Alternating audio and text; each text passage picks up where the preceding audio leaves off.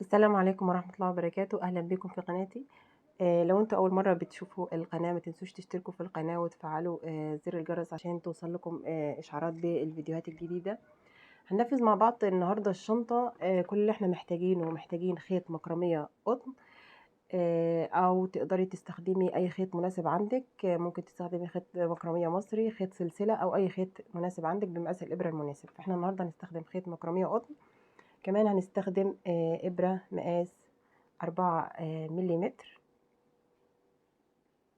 احنا هنعمل ايه دلوقتي؟ كل اللي احنا هنعمله ان احنا هنشتغل 26 سلسلة. بسم الله الرحمن الرحيم. هنسيب مسافة من الخيط كده وهنشتغل 26 سلسلة. عملنا كده عقدة البداية، هنبتدي نشتغل 26 سلسلة. 3 4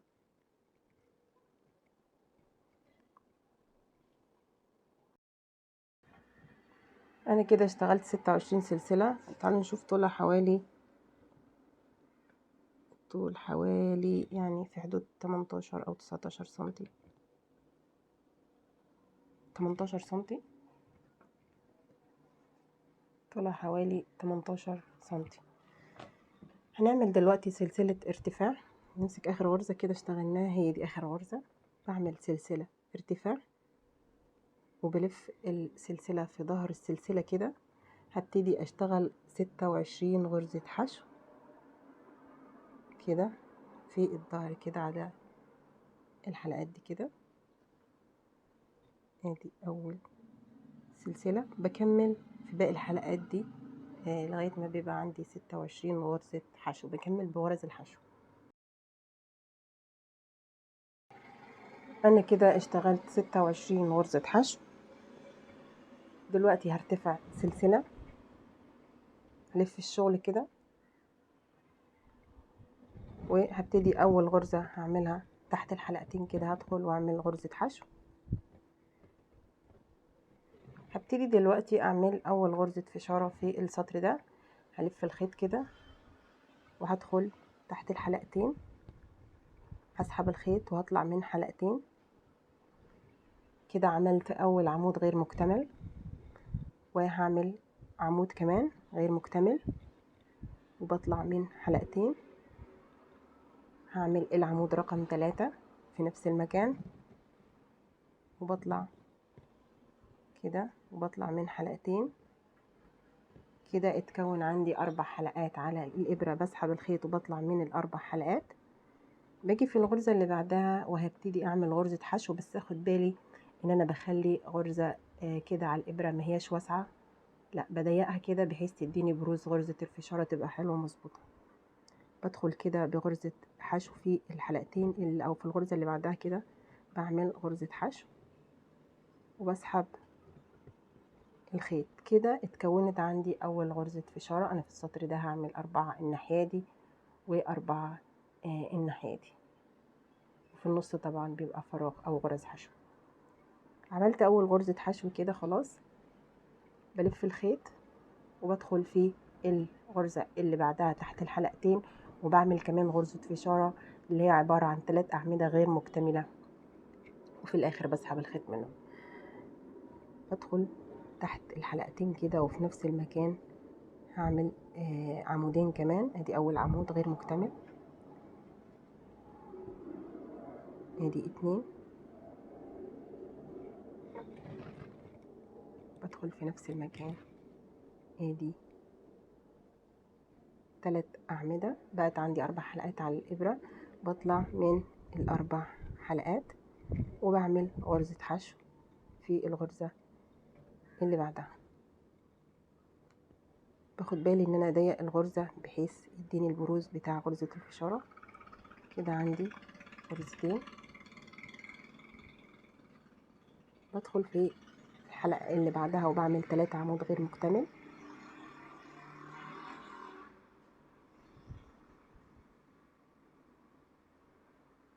2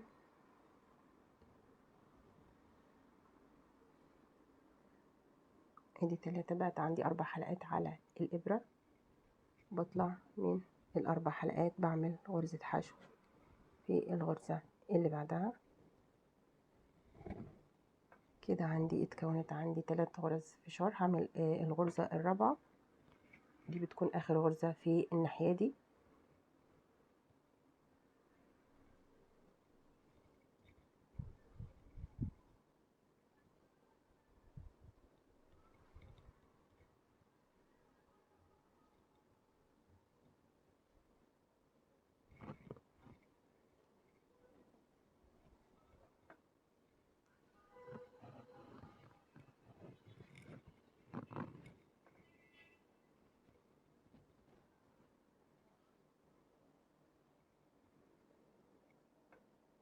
هعمل دلوقتي عدد من غرز الحشو. خليني اقول لكم هعمل كام غرزة حشو.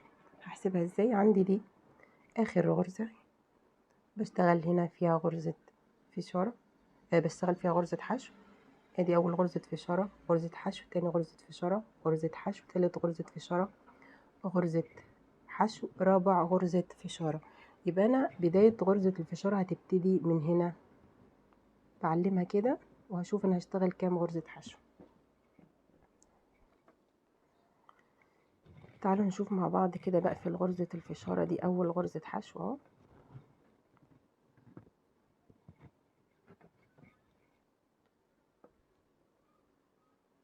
مع الشغل هي هتظبط معايا بعد شوية. ادي واحد حشو. ادي الغرزة التانية،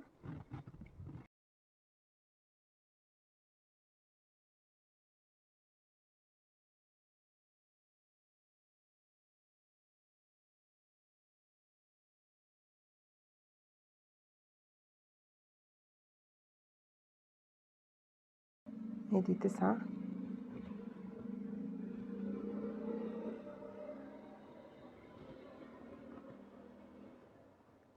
وادي 10 غرز.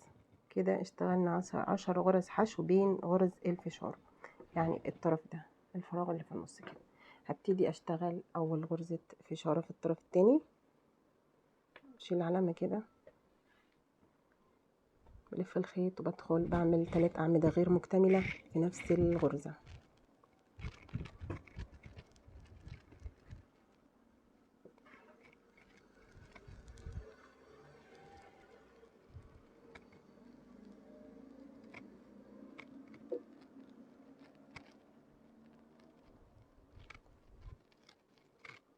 كده كونت اول غرزة فشارة في الطرف التاني.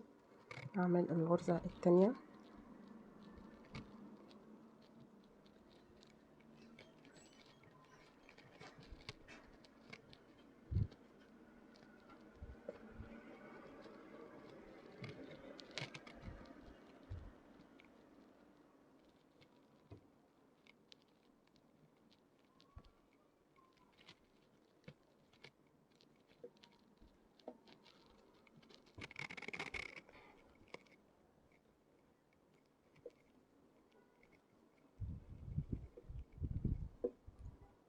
بين كل غرزة وغرزة بيبقى في غرزة حشو واحدة. كده 4 حلقات بطلع منهم، بعمل غرزة حشو،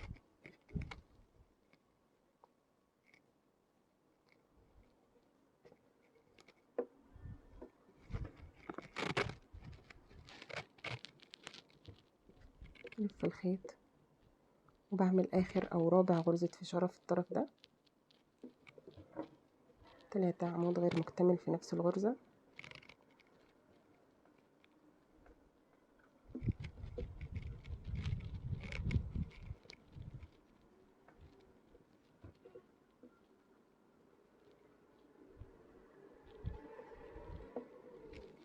كونت كده عندي 4 حلقات، بسحب الخيط وبطلع منهم، بعمل هنا اخر غرزة حشو في السطر ده.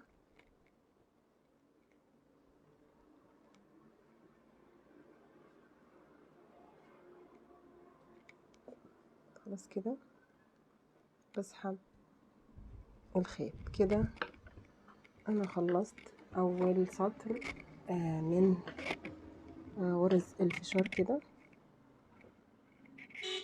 كده 4 في السطر الاول، و4 من الناحية دي و4 من الناحية دي. دلوقتي هعمل السطر التاني وش الشغل دايما بيبقى غرز حشو، يعني ده كله همشي 26 غرزة حشو.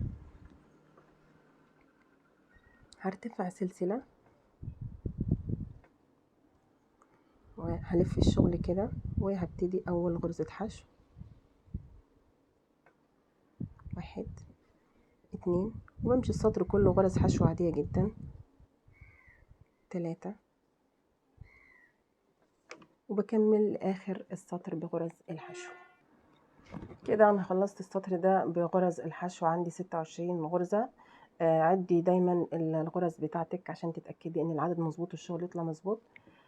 كل اللي انا هعمله دلوقتي ان انا هرتفع سلسلة، هبتدي اعمل في السطر ده 3 غرزة فشار الناحية دي و3 غرزة فشار الناحية دي، بس باخد بالي ان غرزة الفشار اللي انا هعملها هتبقى بين الغرز كده، يعني بحيث مش تبقى فوق بعضها، بتبقى وسط الغرز الفشار التانية. ارتفعت سلسلة بشتغل 2 غرزة حشو، اول غرزة حشو وتاني غرزة حشو، في تالت سلسلة بعمل غرزة الفشار، بعمل 3 عمود غير مكتمل في نفس المكان.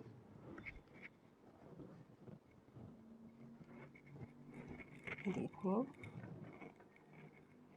ادي 3، عندي 4 حلقات بطلع من الأربعة زي ما احنا عرفنا في السطر الأول، نفس طريقة غرزة الفشار. بدخل كده وبقفل بغرزة حشو وبحاول أضيق الغرزة شوية بحيث تديني البروز بتاعت الغرزة. عملت أول غرزة فشارة كده بين الغرزتين اهو زي ما احنا شايفين كده. ابتدي أعمل الغرزة التانية،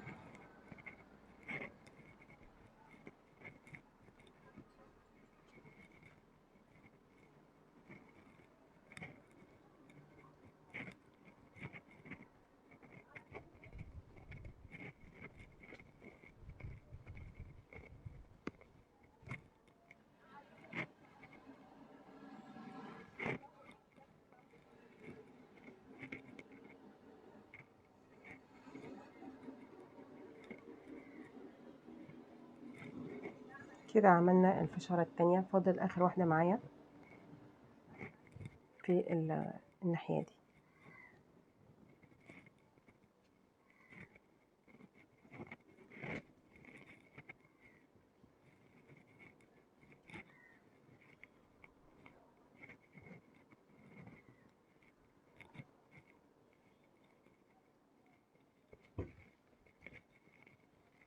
دي بتكون آخر غرزة فشار الناحية دي. دلوقتي همشي عدد من غرز الحشو. طيب انا هعرف همشي كام غرزة ازاي؟ هعد هنا، ادي اول 2 غرزة حشو بسيبهم، فشارة حشو، تاني غرزة فشارة حشو، تالت غرزة فشارة. يبقى انا هبتدي غرزة الفشار من اول غرزة هبتديها من الغرزة دي كده. هنشوف عدد غرز الحشو اللي احنا هنمشيها. ادي 1 اهو. خليني اقول لكم بس حاجة. اه احنا هنا بعد ما قفلنا غرزة الفشارة كده، دي اول غرزة حشو اهو، ادي اول غرزة قفلنا بيها غرزة الفشار، ادي غرزة حشو، ادي 2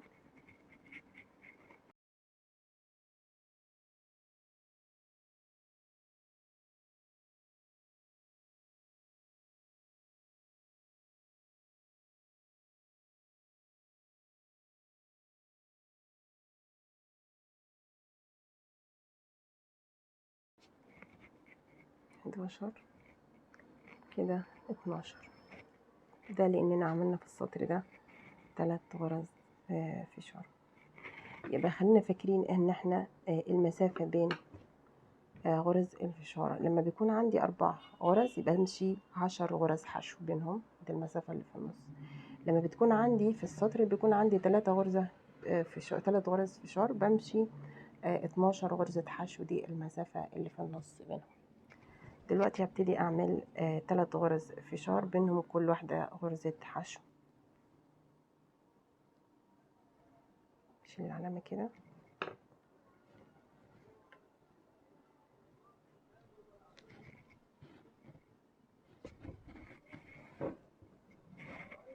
اول غرزة فشار،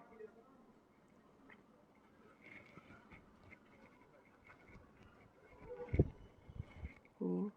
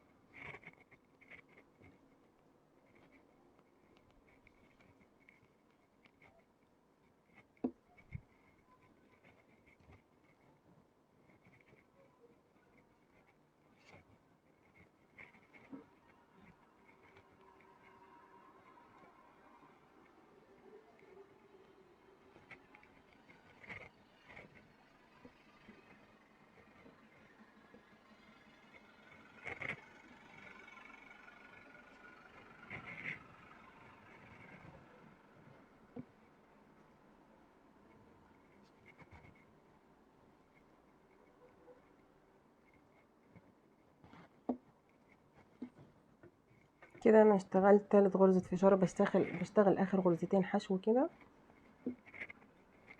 كده بيكون انهيت السطر. عايزه اقول لكم على حاجه بس كده،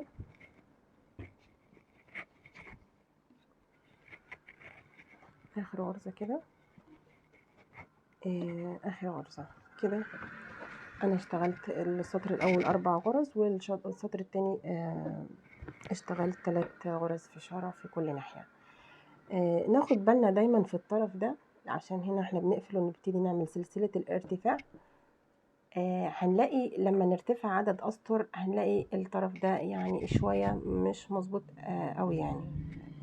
تمام، دي مش غلطه شغل ولا اي حاجه. احنا هنحاول في الطرف ده دايما نشد ايدنا لما نيجي نرتفع غرزه الارتفاع، او نرتفع بابره مقاس اصغر شويه بحيث نضيق في غرز الارتفاع. كمان احنا لما نيجي نقفل الشغل كده بغرز حشو بعد ما بتكتمل خالص، هنشد هنا شويه فهيظبط معانا الشغل. كل اللي انا هعمله دلوقتي ان انا همشي عدد من غرز الحشو 26 غرزه حشو، وهكرر نفس الخطوات دي. مره بشتغل 4 غرز فشاره، ومره بشتغل 3 لغايه ما بوصل لعدد معين. ده هيبقى وش الشنطه او اللاب بتاع الشنطه. هشتغل وهشوف اقول لكم انا اشتغلت قد ايه.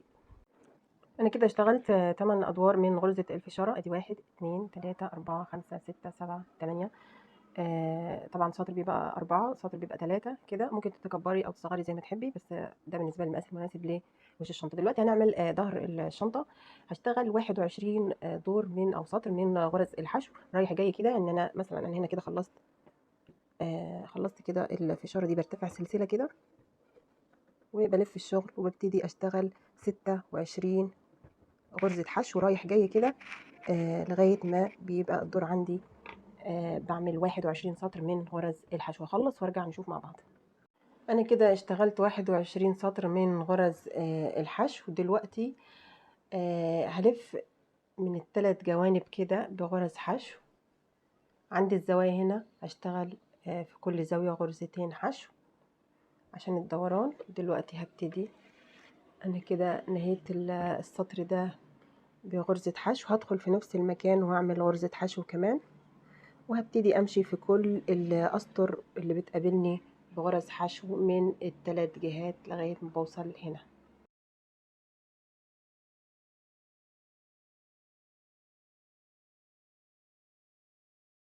انا كده خلاص خلصت غرز الحشو، حوضتها كده لفتها داير ما يدور بغرز الحشو.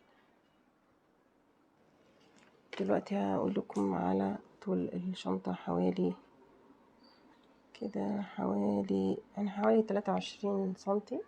ده بالنسبة للطول. العرض عرض الشنطة يعني حوالي 18 سنتي. دلوقتي انا محتاجة اعمل الجزء التاني للشنطة. ده هيبقى كده الشنطة ده كده. ده هيبقى ظهر الشنطة كده، وده الغطا بتاع الشنطة. انا عملت الجزء ده، عملت ده عبارة عن اشتغلت 26 سلسلة وارتفعت 20 سطر ولفيت. طبعا بعد ما خلصت الشغل عملت غرزتين في نفس المكان ولفيت كده بغرز حشو داير ما يدور من الثلاث جهات. عند الزوايا هنا بشتغل غرزتين حشو في كل زاوية.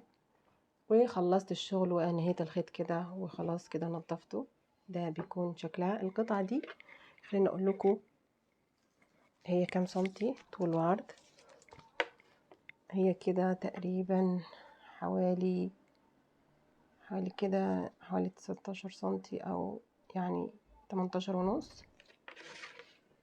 وهنا حوالي 12 ونص سنتي. جزء الشنطة التاني الجزء الامامي خلاص. وده القلاب بتاع الشنطة. محتاجين طبعا العرض بتاع الشنطة، السمك اللي هو الجانبي ده كده اللي احنا هنمشي بيه كده للشنطة. دلوقتي هنعمل عرض الشنطة. تعملي العرض اللي يناسبك. هشتغل عدد من السلاسل هيبقى عرض الشنطة. بسم الله الرحمن الرحيم. انا هشتغل 6 سلاسل. تقدري تكبري او تصغري زي ما تحبي. 1 2 3 4 5 ادي 6. برتفع سلسلة وبلف السلسلة كده، السلاسل اللي انا اشتغلتها، وبشتغل في الظهر في الخلف كده، وبشتغل 6 غرز حشو. دي اول غرزة. وبعد كده بكمل لاخر. ادي تاني غرزة.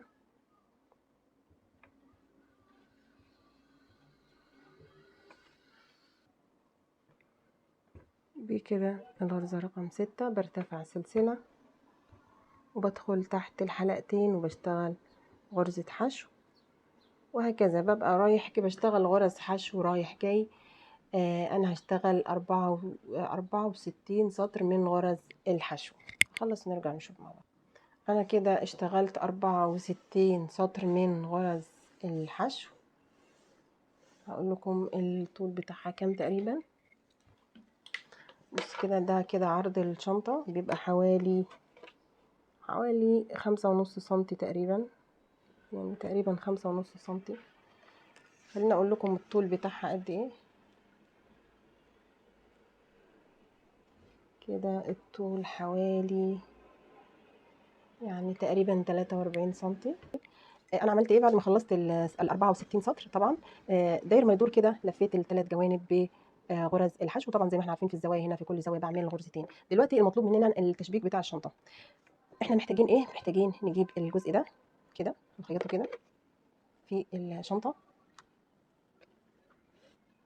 هنعمل الجزء ده كده وهنخيط عليهم طبعا برضو الجزء ده. هخليني اشبكها لكم بس كده بالدبابيس واقول لكم هنعملها ازاي. بس كده انا هنا هنهي طرف الخيط في اخر غرزه كده. هدخل هنا عند اخر غرزه هنا كده، هدخل الخيط، هاجي من ورا كده وهسحبه بإبرة التنظيف او باي ابره. بس كده سحبت الخيط كده. هجيبه كده، هدخل هنا كده وهسحب الخيط بحيث اعمل اخر غرزة اللي انا بشتغل فيها بعد كده بالتشبيك مع الغرز التانية. ده كده ده بيكون شكلها كده خلاص. وهدخلها كده في ابرة التنظيف وهبتدي اعديها من تحت الغرز. بس كده انا بطنت الشغل الاول قبل ما اقفل اجزاء الشنطة او اجمعها كده. ركبت طبعا الكبسولة كده تمام. ده الجزء ده. وفي الجزء ده انا عملت البطانة كده، ركبت القفل المغناطيس كده، وعملت حطيت كده حاجة شكل جمالي كده. ممكن جلد، ممكن تستخدمي اي حاجة بتدينا شكل حلو كده. هنبتدي نجمع الاجزاء ازاي بقى.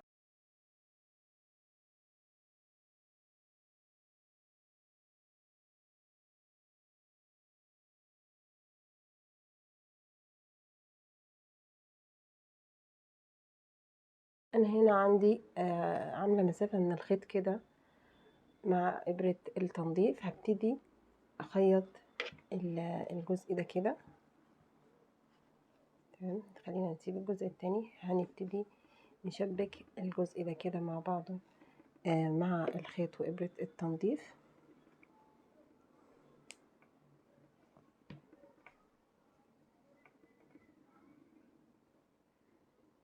باجي هنا كده بدخل تحت الحلقتين وببتدي اخيط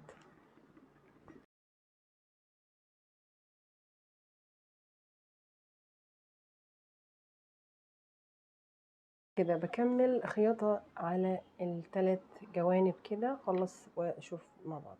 انا كده خلصت الجزء ده كده، خلاص ركبته. ده فاضل الجنب الناحية التانية كده، ابتدي اركب هنا كده.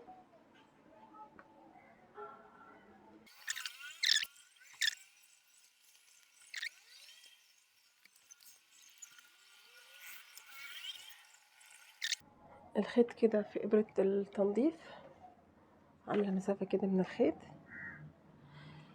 وهبتدي اقفل الجناب كده كلها. بدخل تحت حلقتين والحلقتين اللي قصادها وببتدي اقفل. طبعا انا بسيب مسافة من الخيط كده شوية عشان اقفل بيها وبعدين بخفيه.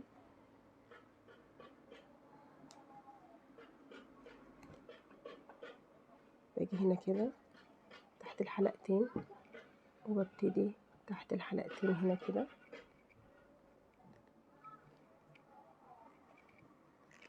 ببتدي ادخل. هسيب مسافة عشان ايه، دي اللي هبقى اخبيها. خلينا انا اقولها كده مثلا.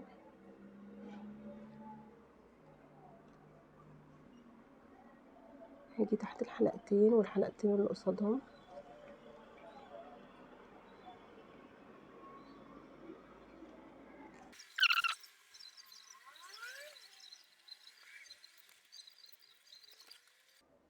بكمل للاخر. انا هنا خلاص في اخر جزء من الشنطة.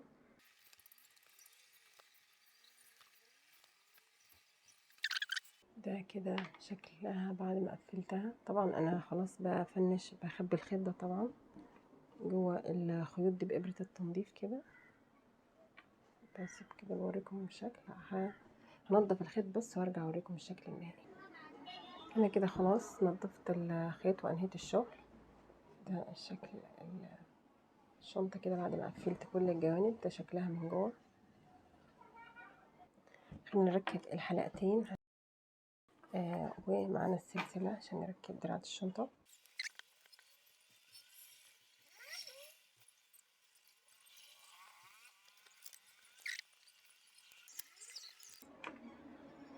ده كده بيكون الشكل النهائي للشنطة. اتمنى تكون عجبتكم الشرح، يكون واضح. ما تنسوش اشتراك في القناة ولايك للفيديو، كمان ما تنسوش تكتبوا لي تعليق ايه رأيكم في الشنطة. سلام والسلام عليكم ورحمة الله وبركاته.